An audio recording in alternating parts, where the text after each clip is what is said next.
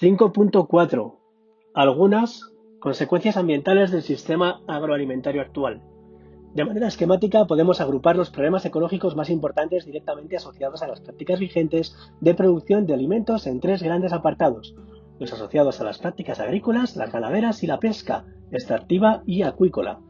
Como verán, estos distintos sectores están en permanente interacción. Casi toda la soja cosechada hoy día se emplea para la alimentación del ganado, por lo que sus consecuencias serán responsabilidad de ambos apartados. Es aún más complicado el caso de la interacción entre la pesca y la ganadería. El emergente sistema agroalimentario vía integrado está interesado en la producción de medicamentos, la valoración positiva de los ácidos grasos omega 3 ha hecho que parte de la pesca se procese para la alimentación del ganado, y vamos a revisar los principales impactos ambientales de estos tres grandes campos.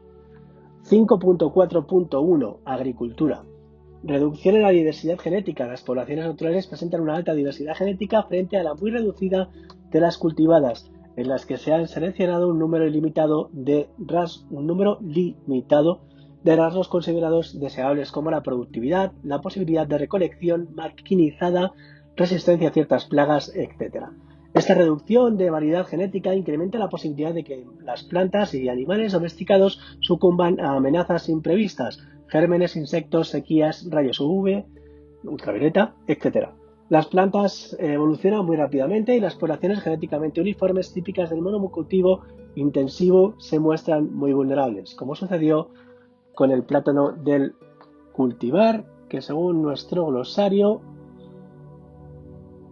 cultivar es el término que se reserva para aquellas poblaciones de plantas cultivadas que son genéticamente homogéneas y 1. Comparten características de relevancia agrícola que permiten distinguir claramente a ese grupo de las demás poblaciones de la especie, y 2. Traspasan estas características de generación en generación de forma sexual o asexual. Los cultivadores son obtenidos por selección artificial con fines comerciales, tomado de la Wikipedia.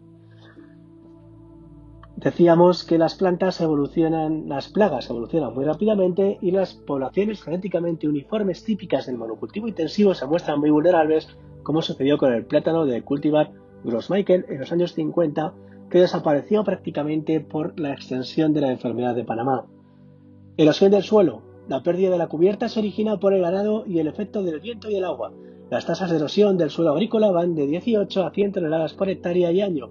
Sin embargo, la formación de suelos es un lento proceso que sucede con tasas de en torno a 1 tonelada por hectárea y año. La capa superior del suelo contiene la mayoría de los nutrientes y tiene una estructura abierta que facilita los procesos biológicos. El subsuelo, que va quedando al descubierto tras la erosión, es pobre en minerales, retiene menos agua y una textura compacta. Además, los sedimentos arrastrados por la escorrentía se depositan en acequias y presas, acortando su vida útil. Salinización del suelo por irrigación. El agua empleada en el riego contiene diversas sales en disolución. Cuando el agua se evapora, las sales se acumulan en el suelo, haciendo paulatinamente menos fértil el suelo. Desertificación. El sobrepastoreo hace que la cubierta vegetal no pueda reponerse a la tasa necesaria, por lo que termina perdiéndose y exponiendo el suelo a la erosión. El cultivo en áreas marginales, áridas o semiáridas favorece la extensión de los desiertos circundantes. La salinización puede llegar a ser inhabitable para las plantas de determinadas zonas que sufren el ciclo de exposición, deterioro y erosión que las conduce a la desertificación. La deforestación incontrolada modifica los frágiles ecosistemas ecuatoriales como el amazónico, que va transformándose en sabana. Uso excesivo de fertilizantes. Los fertilizantes contienen principalmente nitrógeno, fósforo y potasio. La aplicación reiterada de estos productos, como la urea, va reduciendo el contenido de materia orgánica del suelo. La producción de estos químicos es muy intensiva en energía, que a escala global produce más de 400 millones de toneladas equivalentes de dióxido de carbono, TECO2. Según nuestro glosario, estas toneladas equivalentes de dióxido de carbono, la distinta capacidad de gases como el metano o los óxidos de nitrógeno para generar el efecto invernadero hace que para conseguir una cifra homogénea en términos de dióxido de carbono deba multiplicarse la magnitud de cada gas en toneladas por un coeficiente específico, su potencial de calentamiento global relativo al del dióxido de carbono. Así, una tonelada de metano es equivalente a 21 toneladas de dióxido de carbono. Más de la mitad de los fertilizantes que se esparcen en los grandes monocultivos de maíz o soja van a parar a la atmósfera y a los acuíferos y cursos de agua.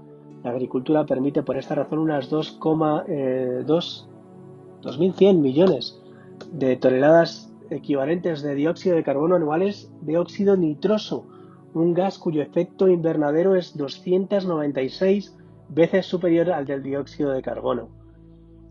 Pero cuando acaban en el agua, las consecuencias no son mejores. La aplicación de cantidades excesivas de fertilizantes nitrogenados en momentos erróneos del ciclo agrícola, en combinación con lluvias fuertes, hacen que gran parte de estos compuestos vayan a parar a muchos hábitats acuáticos. Esta eutrofización de las aguas hace proliferar a las algas unicelulares, impidiendo la entrada de luz hasta el fondo del ecosistema, bloqueando la fotosíntesis productora del oxígeno libre y aumentando simultáneamente la actividad metabólica consumidora de oxígeno de los descomponedores sobre los excedentes de materia orgánica producidos para la superficie, cerca de la superficie. En el fondo se agota pronto el oxígeno por actividad aerobia y el ambiente se vuelve pronto anóxico. La mayoría de las especies no sobreviven a esta alteración del ecosistema. El ejemplo más terrible actualmente de este fenómeno social ecológico es la zona muerta del Golfo de México, un área de 22.000 kilómetros cuadrados, la provincia española de Badajoz entera, en la que los fertilizantes arrastrados por el Mississippi producen el ciclo letal de crecimiento explosivo de algas e hipoxia. Lo veremos en la imagen 5.3. Extensión del uso de pesticidas. Los productos químicos empleados para controlar las plagas de insectos, hongos y bacterias y nemátodos presentan serios problemas para la salud humana de los ecosistemas. La aplicación sistemática y masiva de los pesticidas de forma preventiva para asegurar la producción, se detecten o no signos de plagas, lleva a la contaminación de aguas y suelos, a su bioacumulación a lo largo de la cadena trófica y a la generación de resistencias crecientes en las plagas. Los efectos tóxicos sobre la salud de humanos y no humanos son en muchos casos desconocidos, sobre todo cuando actúan en combinación, el llamado efecto sinérgico.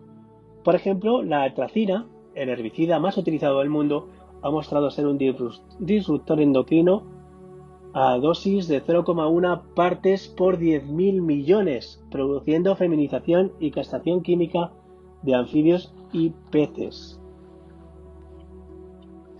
En la figura 5.3 que decíamos, las densidades de fitoplancton en el Golfo de México en el verano del 2004. Por último, deforestación y pérdida de hábitats. En el caso más claro de pérdida de cubierta arbórea y de sus ecosistemas ligada a la producción agrícola es la ocurrida en la ecorregión del Cerrado brasileño, el bosque de sabana, por la expansión del cultivo de soja hasta acercarse a los 25 millones de hectáreas. Sin embargo, esto no se entiende bien sin tener en cuenta la expansión de la ganadería brasileña dirigida a la exportación, sobre todo en los estados de Mato Grosso, Pará y Rondônia. La cabaña ganadera pasó de 26 millones en 1990 a 164 millones en 2004. 5.4.2. El desgaste ecológico de la carne. Un reciente informe de la FAO, Steinfeld et al. 2006, denominado La larga sombra del ganado, ha supuesto la entrada en el debate global de los efectos ambientales asociados a la producción y consumo de carne. Su impacto en términos de calentamiento global son mucho mayores de lo que la mayoría pensamos. El sector ganadero produce un 18% de las emisiones de gases de efecto invernadero medidas en toneladas equivalentes de dióxido de carbono que hemos visto anteriormente en el glosario. A escala mundial, el transporte, mucho más asentado en la imaginación colectiva como causante de contaminación y cambio climático, produce el 13% de estas emisiones. A esto habría que añadir que una parte importante de todo el transporte pesado esté relacionado con la ganadería. El sector produce un 9% de las emisiones de dióxido de carbono, un 37% del metano antropogénico, con un potencial del calentamiento global 23 superior al del dióxido de carbono, y un 65% del óxido nitroso, 296 veces más potente que el dióxido de carbono por unidad emitida. También nuestro consumo de carne es responsable directo de las 2/3 del amoníaco antropogénico que contribuye a la lluvia ácida y a la acidificación de los ecosistemas. La utilización del territorio para pasto ganadero es también la causa más importante del deterioro antropogénico del mismo. El 26% de la superficie terrestre no cubierta por el hielo se dedica al pastoreo. De la superficie cultivada, un 70% se dedica a la alimentación del ganado. La producción de carne es el mayor causante de la deforestación, directamente o a través del cultivo de soja y maíz para la alimentación del ganado. El 20% de todo el territorio dedicado al pastoreo se ha deteriorado, especialmente en zonas secas, donde 3/4 partes del terreno sufre desertificación, erosión o compactación, sobre todo la del subsuelo. La ganadería, en particular en su versión intensiva, es la principal fuente de contaminación de aguas superficiales y subterráneas. Purines, antibióticos, hormonas, químicos para el curtido, sedimentos de pastos erosionados, etc. Tomando como referencia las cifras para Estados Unidos, el ganado es responsable de un 55% de la erosión y la sedimentación, el 37% del uso de pesticidas, la mitad del uso de antibióticos y un tercio de la infiltración de nitritos y nitratos en agua dulce, cuya renovación se ve dificultada también por la compactación de suelos, el agotamiento de las aguas freáticas, la deforestación, la degradación de las riberas. Mención aparte merece el papel de la ganadería intensiva, el factory farming, en la emergencia de riesgos como el de la gripe aviar y otras enfermedades. Mientras que la atención mediática se ha centrado en los corrales de campesinos asiáticos y las rutas de los pájaros migratorios, se ha señalado como epicentro de la pandemia a las granjas que albergan decenas de miles de aves, en condiciones ideales para la mutación y transmisión de nuevas cepas de la gripe aviar. La evidencia señala que enfermedades de ese tipo aparecen en la agricultura intensiva para extenderse después. La producción de aves en Asia, en gran medida para la exportación, se ha incrementado en 10 veces desde los años 70 del siglo pasado. 5.4.3. La pesca como caso de opacidad pública del sistema alimentario. El agotamiento de la pesca muestra con brutal claridad la amenaza de la cercanía de los límites ecológicos de la exportación de los recursos naturales, de acuerdo con el importante trabajo de Worm, 2006. La extrapolación de las tasas de colapso de diversos taxones marinos al ritmo actual arrojaría la desaparición de todos ellos, al menos para su explotación, en torno al año 2048. La constatación de que el volumen de los peces situados en los escalones superiores de la cadena trófica marina puede haber descendido un 90% desde que comenzara su extracción hace que posiblemente ninguna otra llamada de alarma científica hasta la fecha pueda compararse con la gravedad y la urgencia de esta. El caso de la débil respuesta de la gravísima situación de los caladeros mundiales es interesante desde nuestra perspectiva. La visibilidad social de los problemas ecológicos es una de las variables más importantes a la hora de evaluar las respuestas públicas, que a menudo no correlaciona con la gravedad de los mismos ni con sus diagnósticos científicos. Figura 5.4. El colapso, capturas menos del 10% por años, diamantes, y acumulado triángulos por ecosistemas marinos. Negro, todos, azul, menos de 500 especies, rojo, más de 500 especies. Y vemos que todo va cayendo. Veamos un ejemplo de los tipos de pesca más dañina. Veamos un ejemplo. Uno de los tipos de pesca más dañina es la de arrastre de fondo, como ya sabíamos, Groton Trawling. En la imagen 5.5 vemos rastros de pesqueros de arrastre en el mar de Wadden. En esta imagen podemos ver las huellas de las redes de arrastre que producen en el bentos, y vamos al glosario que nos dice que bentos en ecología se llama bentos, de la palabra griega para fondo marino, a la comunidad formada por organismos que habitan en el fondo de los ecosistemas acuáticos. El bentos se distingue del plancton y del nécton formados por organismos que habitan en la columna de agua. Decíamos, en esta imagen podemos ver huellas de las redes de arrastre producen en el bentos de la costa holandesa del mar de Wadden, que como verdaderas cicatrices del mar tardan años en dejar de ser visibles y décadas, si lo consiguen, en recuperarse en términos ecológicos. Los arrecifes de poliquetos de la zona prácticamente han desaparecido. En su libro sobre las tragedias de la pesca global, Clover utiliza esta analogía.